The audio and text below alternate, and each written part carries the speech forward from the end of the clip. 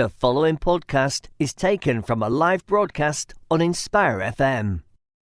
Please do not message or call, as the following program is a rerun of a previous live show. Any announcements made during the repeat may now not be applicable. Any health advice given, whether general, diet, physical or spiritual, is general only and must be verified by your doctor. If you need medical advice, please consult a doctor.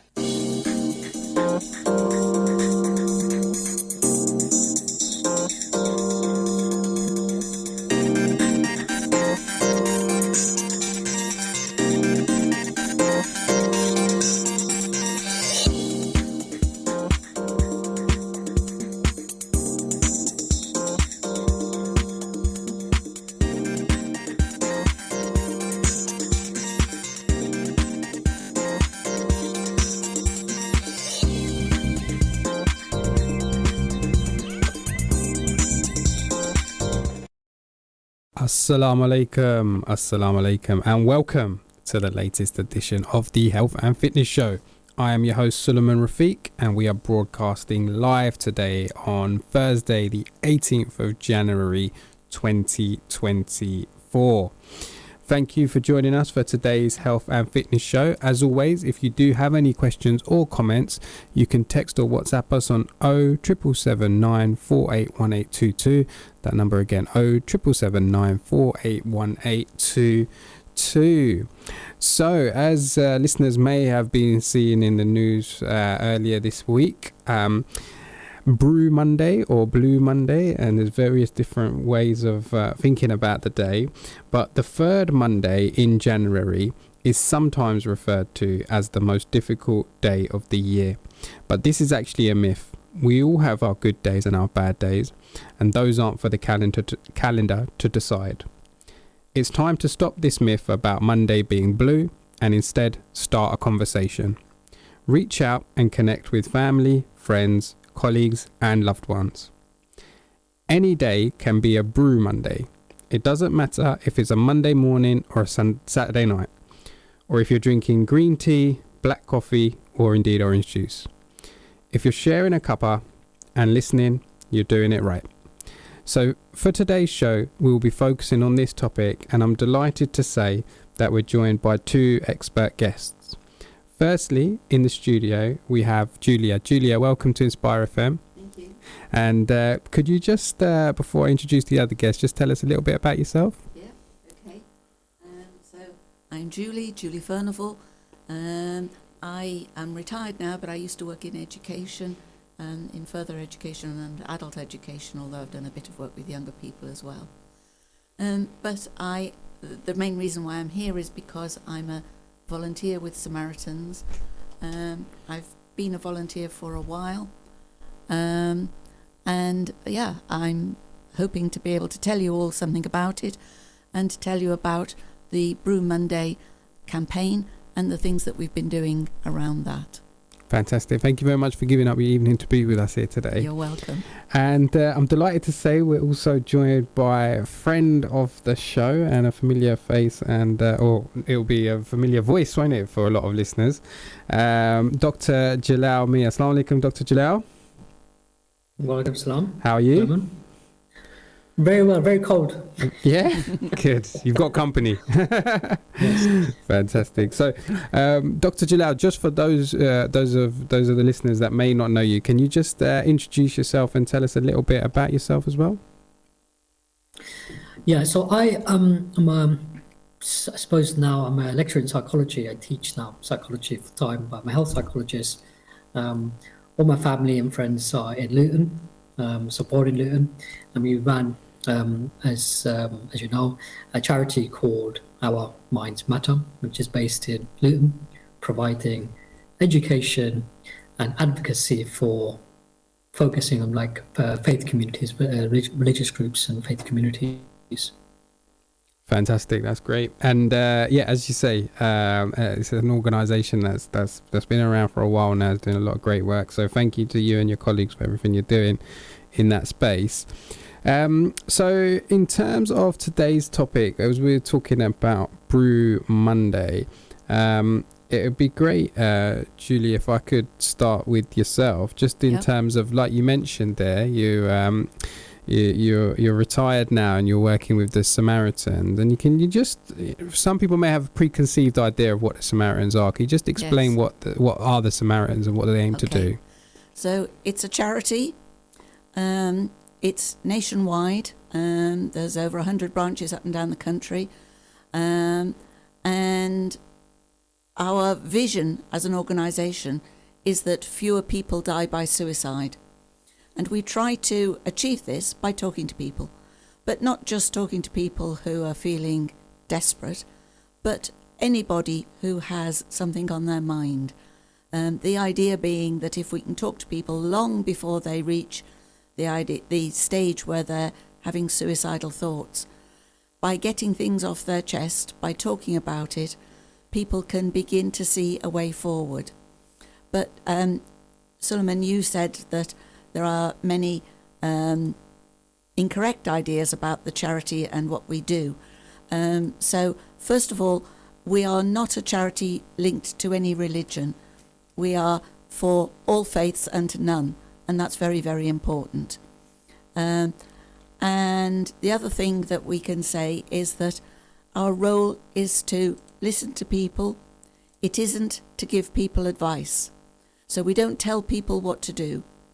What we do is hopefully help people to make decisions for themselves, to find a way forward if they're feeling that they're in a dark place, and find that way forward by just talking things through and thinking things through. Fantastic. And what brought you to volunteer for the Samaritans? Okay, quite a lot of things, really. I sadly knew a family who had been bereaved by somebody who had died by suicide. And I saw at first hand the terrible devastation that suicide brings to a family, and the repercussions that go through generations. And this saddened me, and I wanted to do something about that. But more than that, I also knew that by training to be a Samaritan, I would learn skills that would be useful to me, both in my work and in my life. And I wanted to do that and to be able to give to society in that way. Fantastic. That's really inspirational. And Dr. Jalal, if I can come to yourself, I mean, you mentioned there around the work of the charity, etc. So similar question, really. What kind of brought you into this space? Both from, I suppose it comes from a shared lived experience, like growing up in a family with mental health problems. We spent a lot of time in these services and, trying to improve both pain and misery. And I think by becoming more familiar with these sort of settings, that kind of influenced my choices to start working in this space so that others like us who are similar don't have to experience these things and have a better outcome for their families, like better mental health outcomes. Because as we know, the health outcomes for, particularly for South Asian populations, we're right at the bottom for most things, both health and education. And these all contribute to the mental health well-being. So a lot of it comes from both by shared experience, shared lived experiences, but also working with others who you come across in the field. And we got together about 10 years ago now. Actually, it'll be 10 years in November this year. We're celebrating anniversary. Should have mentioned at the beginning. So it's an important milestone. And we'll be focusing on, where are we now? Where is Luton now? With mental health. So we tend to so it's kind of like when people say to me, how do I get involved? I say it's a bit of personal and professional practice. That's what influenced me. And to stay in this space, keep advocating, keep trying to improve, better services, more accessible. All of the interventions need to be accessible for everyone, inclusive. So I suppose our approach is to say we can all exist, we can all work together, we can all coexist in services and in health delivery. But where is our offer? Where is our what's unique to us, I suppose? But we have to turn up. So yeah, both personal and professional sort of practice experience what's brought me to this space and still in this space. Fantastic. Thank you for sharing that. And Julie, if I can come back to yourself. So you mentioned there, obviously, you had personal experiences around why you wanted to join the Samaritans. How long ago was that then, roughly? Oh, well, I've been a Samaritan for around 30 years. Wow. There are people in the organisation, in our local Luton Samaritans, who have been much longer than 30 years. Yeah, really. But yeah, and before that I trained as well, because the training for it takes a while. Sure. And can you tell us a little bit more about the training and how that's changed and things? Yeah, it's changed quite a lot because technology has made it far more impactful, I think. So the training, altogether, if you take the whole of the training, it can take as long as a year. It begins with an interview and then goes into formal training if somebody's accepted. It is a series of Sundays, some of which are face-to-face sessions and some of which are online via Zoom. It's about 7 sessions. It varies a bit from course to course, but roughly 7 sessions. And people learn in that initial training about how to actively listen and how to manage the telephone calls that we get. And then after that, they are matched with a mentor. Okay. And to begin with, they listen to a mentor talking on the phone. And then later, they begin to take calls themselves with the mentor's support. And then after a period of doing that, they become what we call a probationer Samaritan, when they are on their own taking calls, but they're always with an experienced Samaritan, and they'll do that for around 6 months. And the mentor will come and visit them from time to time. They'll have some ongoing training, extra training throughout that period. And then at the end of all of that, they will become a full Samaritan. Excellent. So you mentioned there about the training around listening. Yes. And you mentioned, I think, particularly at the beginning around actually the it's not an advice service. Correct. You're listening to what people have to say. So just in terms of, because obviously there's been a lot of focus this week, hasn't there, around Brew Monday. Yes. So for those of people who may not have heard about this, so Brew Monday, and correct me if I've misunderstood anything, Brew Monday is the Samaritans promoting an opportunity for us all to reach out and make the time. Essentially, I don't want to simplify it too much, but my understanding is to have a cup of tea or an orange juice or no drink at all, but to have the time to have a chat and take the time out to listen to friends, colleagues, loved ones, etc. Anything to add to that? Well, no, that's exactly right. Yeah. Because we know that if people feel really listened to, they can get any worries off their chest. And very often people are anxious and don't want to share that they're a little bit worried about something or they're feeling down about something, for all the reasons that we know that there's stigma around feeling not okay. You know, if I go up to somebody and I say, hello, Fred, or whatever it is, how are you? Fred will say, I'm fine. Everybody does. Yeah. The chances are Fred's not fine. Okay. So I can then say, perhaps, how are you really feeling? And if I know that person, I might say, how are you feeling about your son or whatever? Sure. If it's not somebody I know, and we're encouraging people to even talk to strangers where it's safe to do so, so you talk around how are you really feeling? How are you feeling about this terrible cold weather? How are you coping with it? How are you feeling about the cost of living crisis? How are you feeling about housing or whatever? And you begin to get to what really touches people. And then when people begin to share how they're really feeling, they say, don't they, that a problem shared is a problem halved. And even if there's no solutions, even if there's no way forward identified or anything like that, just the fact of expressing it, of talking, of being heard and cared about is so important. Absolutely. No, that's really interesting. Dr. Jalal, if I can bring you in here, I mean, this idea of I think that was a really nice way of explaining it. A problem shared is a problem halved. Often it's something that's often said, but you yourself, you're a chartered health psychologist. I mean, can you elaborate on that? I mean, the value of being heard and being listened to, particularly from an Asian background.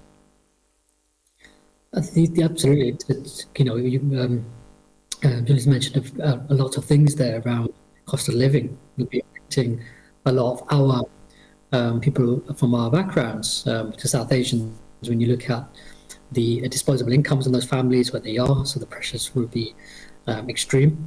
And I think by talking about how you're feeling about those allows you to regulate your emotions. And because if you don't talk about your stuff, like, it builds up and it can explode inside. So we need those pressure points and we need those release points. And talking in a way that's safe. It's kind of like people that you trust, and it's kind of confidential. So the Samaritans, what they offer is fantastic. It's really important, because sometimes when we share stuff in, say, South Asia, we come from collectivist societies and communities that we don't share, because if that person knows that stuff about us, they might share it. So yes. The lack of confidentiality, and it's a natural part of, I think, our community in that sense. We don't share because people know each other, and that's the way we survive, especially as minorities living in the UK. So talking to organisation spaces like Samaritans is a lifeline, because those people don't know our communities, so therefore we can share our own feelings and thoughts, and that's why I think it's really important. Because if you don't talk about it, it builds up and it explodes.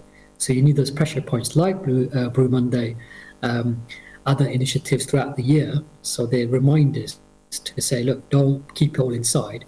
There are spaces and people who want to hear what you've got to say, and it's done in a confidential and a safe space, especially for South Asians. Like I said, we're very insular in order to survive. Therefore, it becomes hard when we want to talk to each other because of confidentiality. And thank you very much for saying about confidentiality, because it is the most important thing that we have in the organisation, that calls are confidential to Samaritans, and that people can ring us, and it's a safe place to explore whatever it is that's happening to them. Not only that, but the telephone number, it's free of charge to ring, and it doesn't appear on your telephone bill. So if somebody phones, nobody will know that you have phoned Samaritans. Not only is it free of charge, but we're available 24/7, 24 hours a day, 365 days a year, all year, every year, and we are answering a phone call every few seconds. That's fantastic. So listeners, you're here live on Inspire 105.1 FM. Today is Thursday, the 18th of January 2024. We're discussing the topic Brew Monday. If you have any comments or questions, you can text or WhatsApp us on 07779 481822. That number again, 07779 481822. I would like to say we're joined by Julie from the Samaritans and friend of ours, Dr. Jalal Mia, who's currently a lecturer at a university and is a chartered health psychologist as well. And the reason we're covering this topic is because this week there's been a lot in the news around it being the saddest day of the year and things like that. Actually, from looking into this, I believe it actually originates from travel companies using it as an opportunity to try and get people to book holidays, but the Samaritans have taken this on as an opportunity to call it Brew Monday, i.e. brewing a cup of tea or a hot beverage, and so an opportunity for us to all come together. The other reason why I was really keen to cover this topic on the Health and Fitness show this year was because I saw actually very late in the last year the news. I don't know if you saw this, Julia, Yes. around Rizwan Javid. Yes. Yeah. So for those of you who haven't seen it, Rizwan Javid is a rail worker who works on the Elizabeth line, and he was honoured with an MBE. And the reason why he was given the MBE was because he's estimated to have saved 29 lives as a result of implementing the training he received from the Samaritans. I believe he Yes, credits correct. it to. So just briefly, Rizwan Javid, he's from East London, and as I say, he works on the Elizabeth line, and he has helped to save these lives by being alert and approachable to vulnerable individuals in difficult situations. He's only aged 33, which makes me feel old, and he actually also runs an Instagram and TikTok account to share his experiences, and this is aimed at inspiring others. Mr. Javid said he attended the Samaritans training course nearly a decade ago when he joined the railway service originally. And he was quoted as saying, they basically teach you key skills of how to identify vulnerable people, what sort of conversations to have with them, and how to take them to a point of safety. He said 2 days after the training he had put into action while working at a station and helped someone from taking their own life. And he subsequently also goes on to talk about that, particularly coming from an Asian background, that he feels people aren't particularly educated about mental health. If you're going through mental health issues, your mother, he's saying, will likely give you a paracetamol and say it'll be fine in the morning. So he's really dedicated his TikTok account and social media to try and break down the barriers and get people talking about mental health as we are today on Inspire FM. And he's identified actually that he was so excited about receiving his MBE that actually he couldn't believe it, and it took him 10 times of reading the letter to digest the news. So, on behalf of everyone at Inspire FM, massive congratulations, obviously, to Rizwan.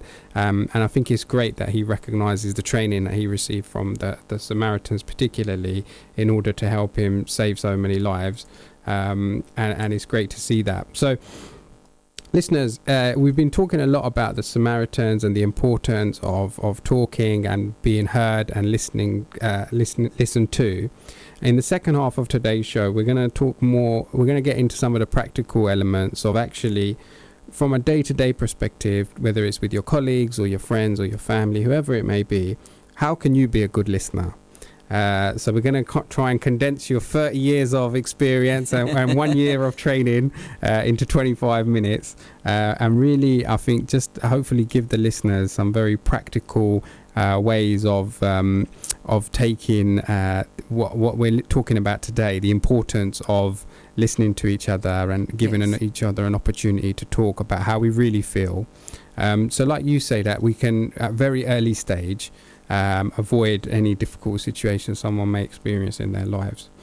Just very briefly, Julie, if anyone is listening to this and they're particularly worried about someone that this is triggering thoughts in their minds of someone specifically, what action, if any, should they take? Okay, so if somebody knows someone who might be having very dark thoughts, again, we would say, listen to them, listen to those dark thoughts, but seek help. So the listener that needs to seek help for themselves, because if you are listening to someone who has dark thoughts, it's stressful. So again, Samaritans can and do listen to people who are supporting others. Okay.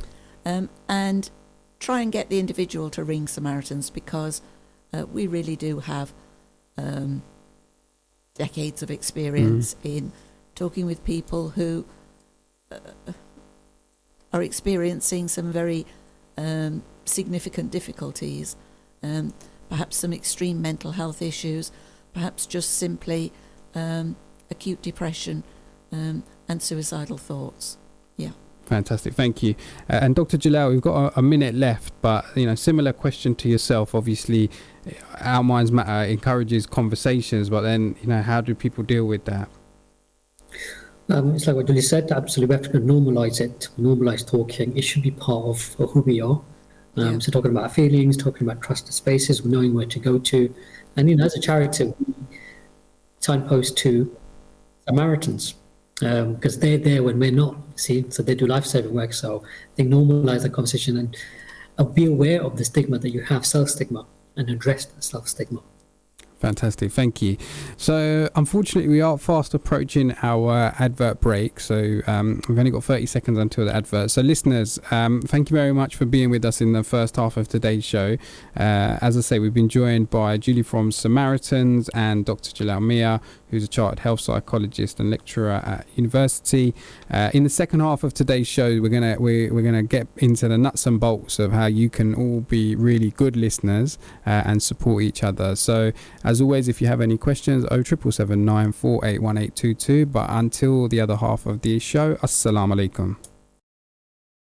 Assalamu alaikum, this is Atif Nawaz. Listen to Inspire FM shows in your time by heading over to inspirefm.org or listen on Apple Podcasts or Spotify. Please do not message or call, as the following program is a rerun of a previous live show. Any announcements made during the repeat may now not be applicable.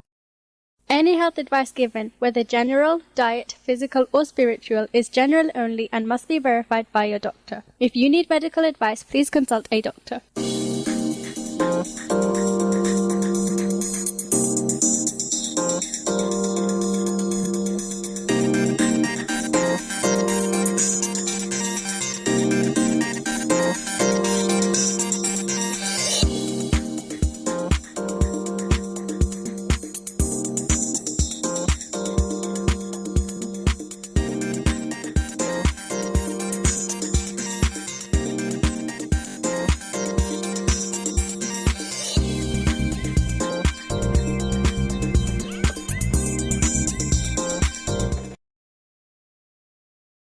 Assalamu alaikum, and welcome back to the Health and Fitness Show. I am your host Suleiman Rafiq, and we are broadcasting live today on Thursday the 18th of January 2024, and a very cold Thursday the 18th of January 2024. Hopefully it starts getting a little bit warmer in the not too distant future.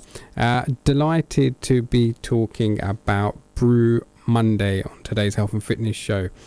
Brew Monday is the Samaritans angle on the much promoted in the media idea of Blue Monday, which is the third Monday of every January, and actually is completely a myth, and we should take this opportunity to recognize that actually it's not the calendar that determines our moods, but we have good and bad days.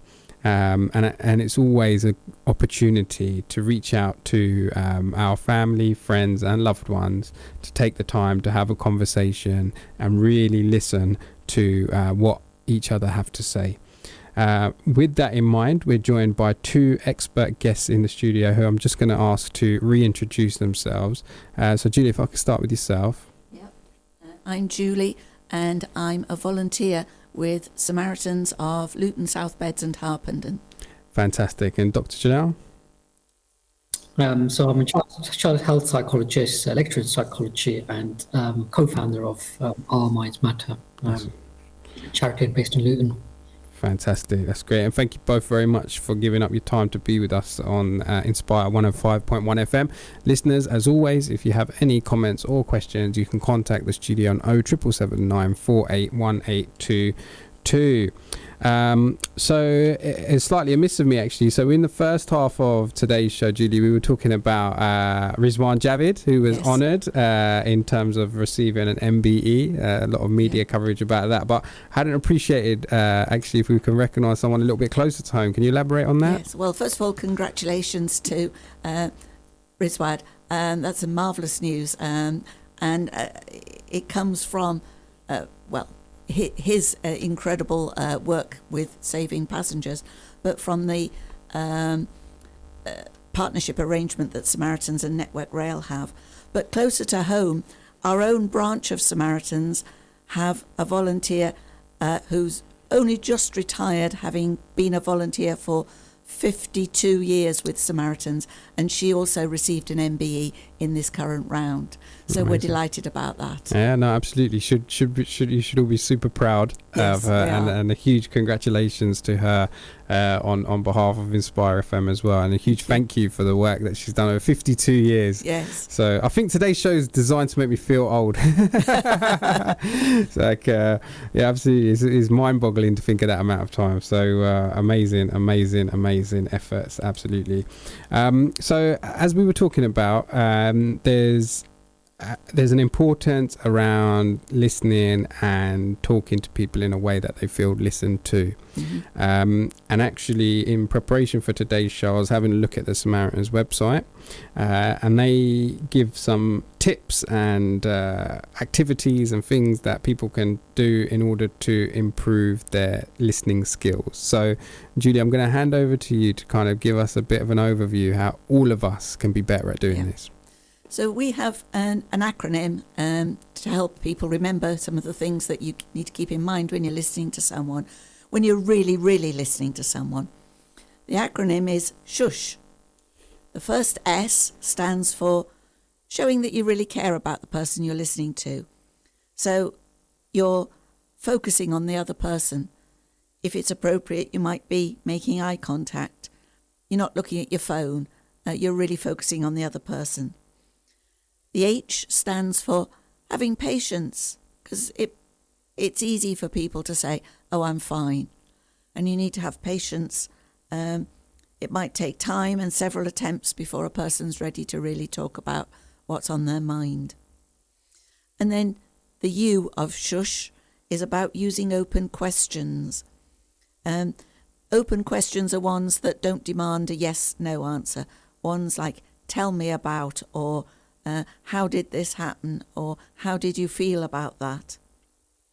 And then the next S is about saying it back.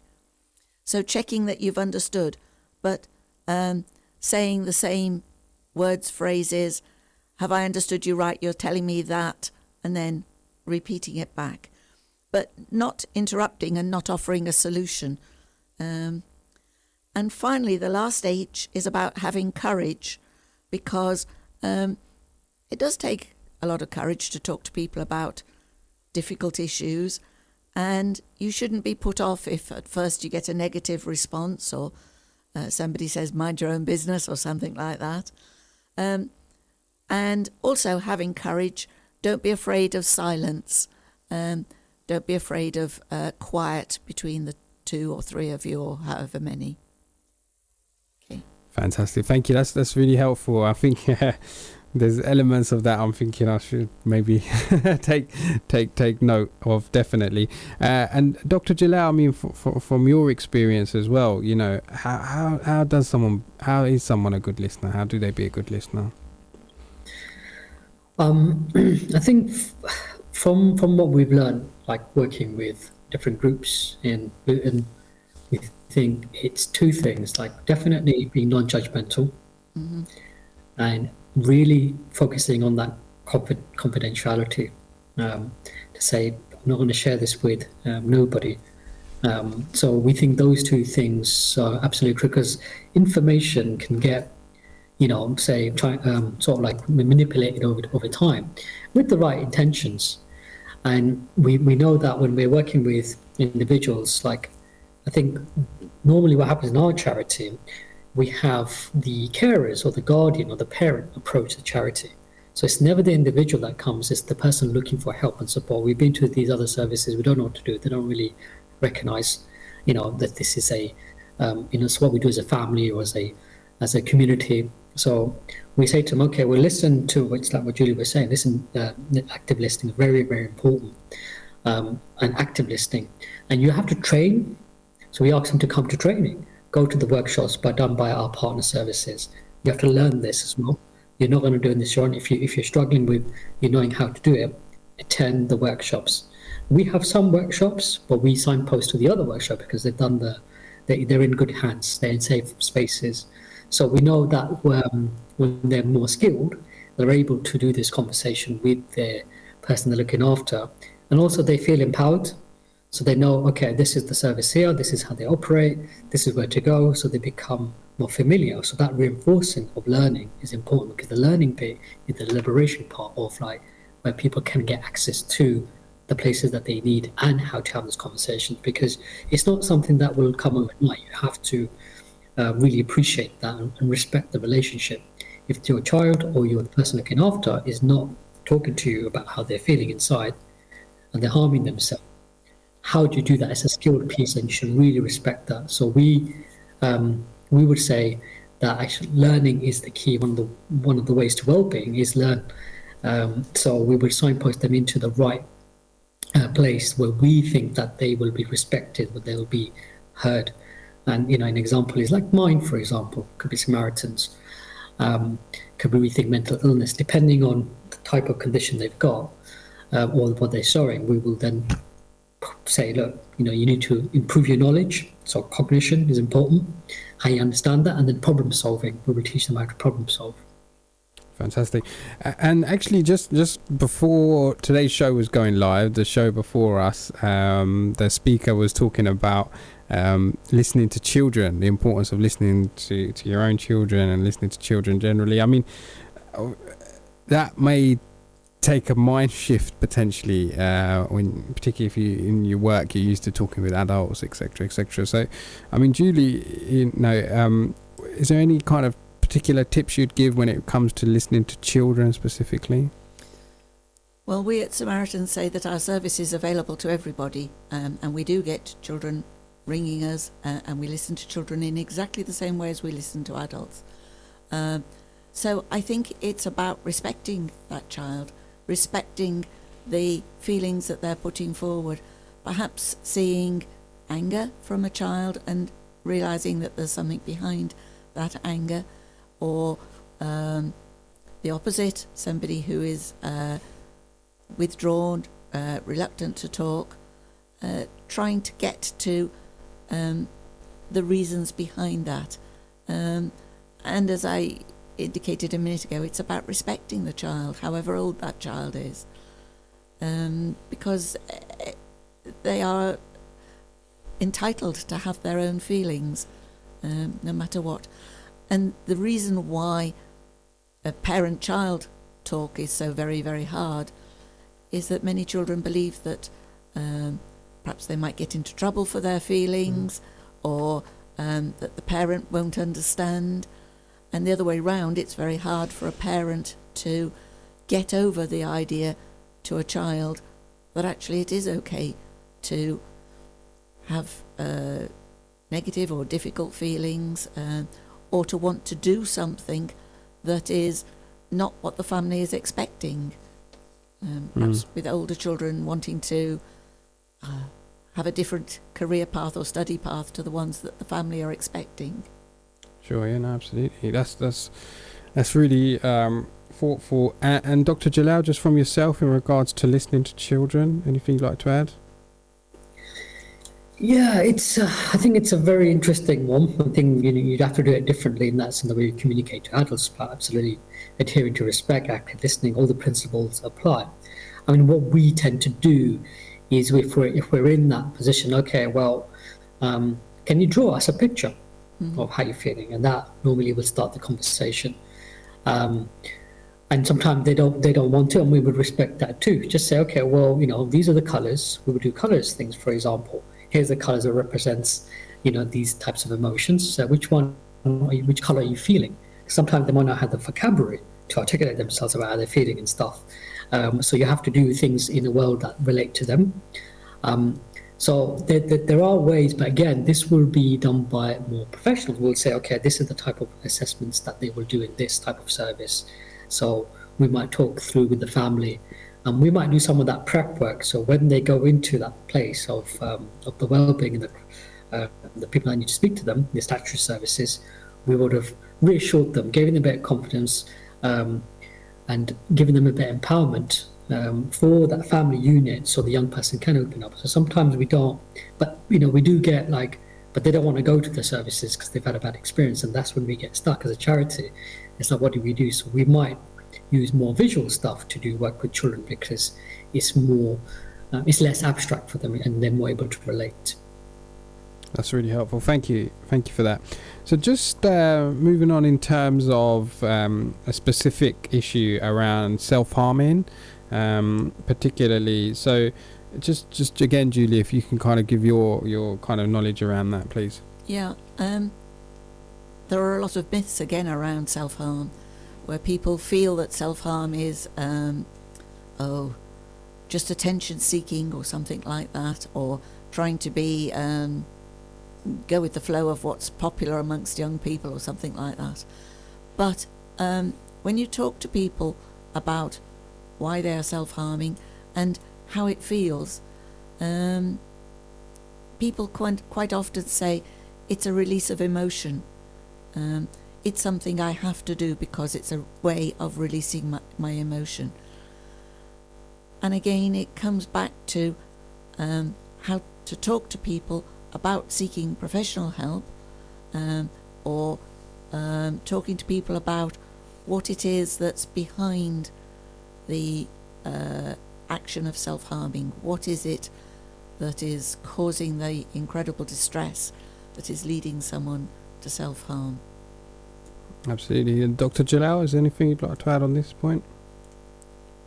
Yeah, I think it's an interesting part of how we understand mental health and well-being and self-harm, because as psychologists we look at, particularly health psychology, we look at the what's causing in the first place. And it's so we as a charity we're focusing around the psychological self-harm. So when we self-sabotage ourselves, like we think negatively about ourselves, we ridicule ourselves, that's when the starting processes happen before we get into the behavior. So our formulation, the rumination of thoughts, negative thoughts, we'd start there, and we tell people to be aware of this, to say, if you're starting to self-sabotage, I'm not good enough, I'm not this, I'm X, Y, and Z, you're changing, you're influencing the chemical imbalance, and you're causing your brain to cause stress hormones.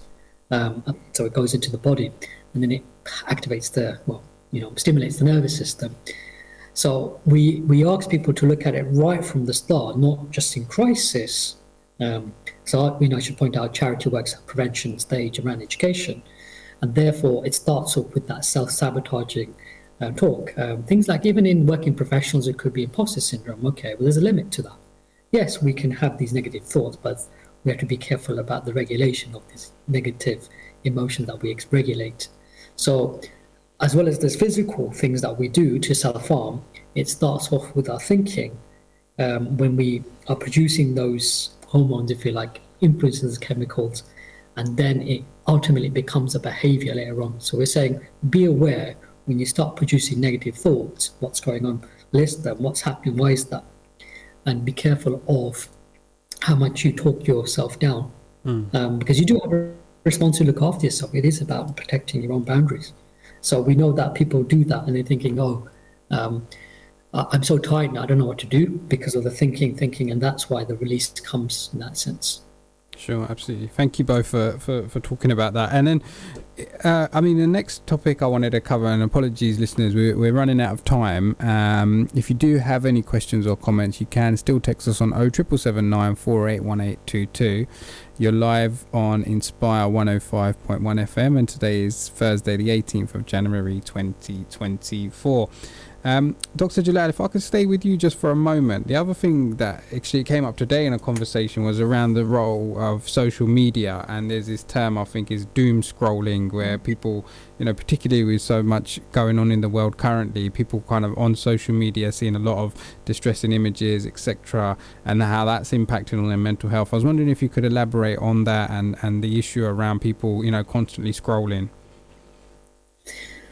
I think people have to take responsibility around this, like, meaning if you're consuming content, if it's upsetting you, turn it off.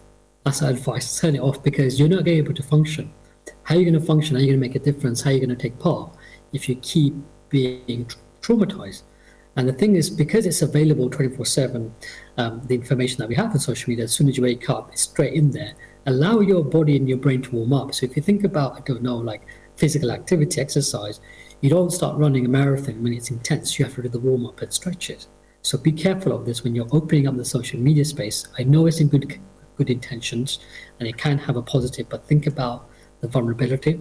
And if you're starting to being affected, pay attention to how you're feeling. You're feeling frustrated, stressed, angry.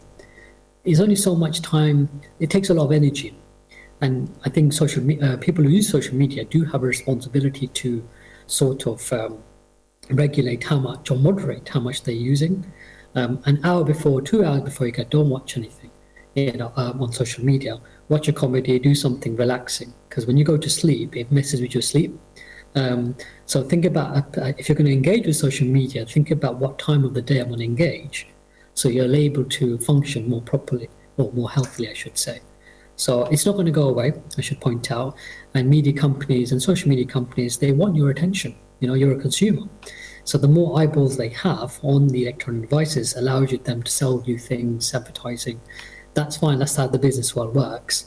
But you as an individual also have certain responsibilities and duties to yourself about your own boundaries. So I would say to people who are using high uses of social media content is pay attention to when are you using it most, and think about when is the safest time to use it in that sense, because it can be quite addictive. We do a lot of research around this area, so it can be really, really addictive, and you have to be aware of that addiction. It's a biological aspect too. Thank you for that. That's great. So we've got about 6 minutes left, and Julie, I just wanted to touch on, just for people who may be listening to this and they themselves feel they may be struggling to cope, what kind of some of the key messages are. Okay, so if somebody is struggling to cope, have a look at our website. There's also a Samaritans app that you can download, where you can find advice, information, where you can record how you're feeling on the app. Our telephone number is 116 123. And it may be that the reason why you're struggling to cope is because you're supporting somebody else. That's fine. We will listen to you and support you through that. And the phone number, don't forget, is around. I said it earlier, but I'll say it again. It's 24/7, because there's nobody else around at 4 o'clock in the morning, but we are, and people can phone at any time. That's fantastic. It's quite an amazing service. Very, fortunate in this country to be able to access that, as you say, 365 days of the year, yes. 24 hours a day, 7 days a week. It is a phenomenal thing, and just a huge thank you to all the Samaritans and everyone involved in the organisation, people who donate, etc., in different ways. As well, to keep it going as a service that's available for people, and long may that continue. And then Dr. Jalal, in terms of let's looking forward, Our Minds Matter, you're saying there, this is 10-year anniversary. We'll have a healthy cake, I'm sure. So what's kind of next for you guys, and what does the future hold? Thank you for giving us the opportunity to talk and to be part of this important conversation and an important organisation, including Samaritans. For our organisation, we're in the development stage. We've done this for first 5 years, we did this first 5 years, and what we're doing in the next few years is looking at the kind of like a framework, a national framework about how do people from faith communities access mental wellbeing service, and I'll be working with lots of different individuals to create this framework. That's where we're spending a lot of energy. Whilst we obviously get the queries to deal with mental health, but we'll be promoting mental health awareness. But our strategic focus for the charity is starting to look at that framework. Fantastic, thank you. And then just in regards to obviously, we've been talking a lot today about for people who maybe struggling, the support that's available for them, for people who are caring for people who are struggling, the support that's available for them as well. Just in regards to, someone might be listening to this and thinking, that sounds like a really interesting thing. I want to get involved in that. Yes. What's the situation in terms of how someone would find out more about the Samaritans and may wish to get involved? Okay, yes, and we're always looking for volunteers. And you said earlier, Suleiman, about fundraising as well. We have volunteers who are listening, like myself. I'm a listening volunteer. Yeah. But we also have volunteers who do a whole range of other things, like some of the accountancy work for ourselves, or fundraising, or a whole range of things that people do. Whatever kind of volunteer people want to be, the first step is to look at the website, the national website, and look for the bit about I want to be a volunteer. And there's a system on there to apply. And then once people have completed an application, it then goes through to the nearest local branch, and we will then contact the individual.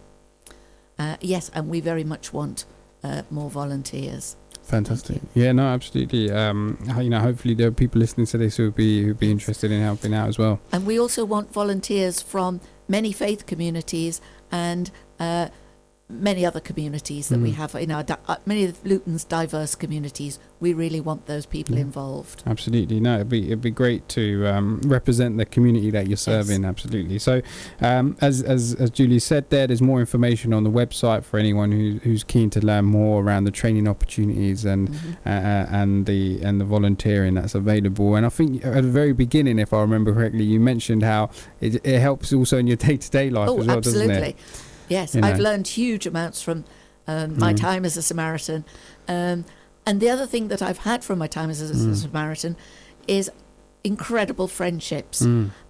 Because if in the middle of the night you're listening to somebody suicidal, the person that you're on duty with and that you're sharing with, they're going through it with you, and you make very deep and strong friendships as well. Yeah, no, absolutely. That's fantastic. So listeners, thank you so much for being with us. And as I say, this originated from hearing the news about Rizwan, who amazingly saved 29 lives. Fantastic to hear about your colleague as well. Huge congratulations to her. So just leaves me time really to say, again, how very, very grateful we are to have you spend time with us on Inspire FM. Dr. Jalal, as always, fantastic to hear from you. Hopefully it's not too cold up north. Or you might have to come back to Luton. That's an idea. But really grateful to you and your colleagues for all the amazing work they're doing around Our Minds Matter as well, and really interested to see what the future holds for all the organisations we've been speaking to. So without further ado, Assalamu alaikum wa rahmatullahi wa barakatuh. Thank you for listening to our podcast. Why not tune in to our live stream at inspirefm.org and follow and subscribe to our social media platforms at Inspire FM Luton.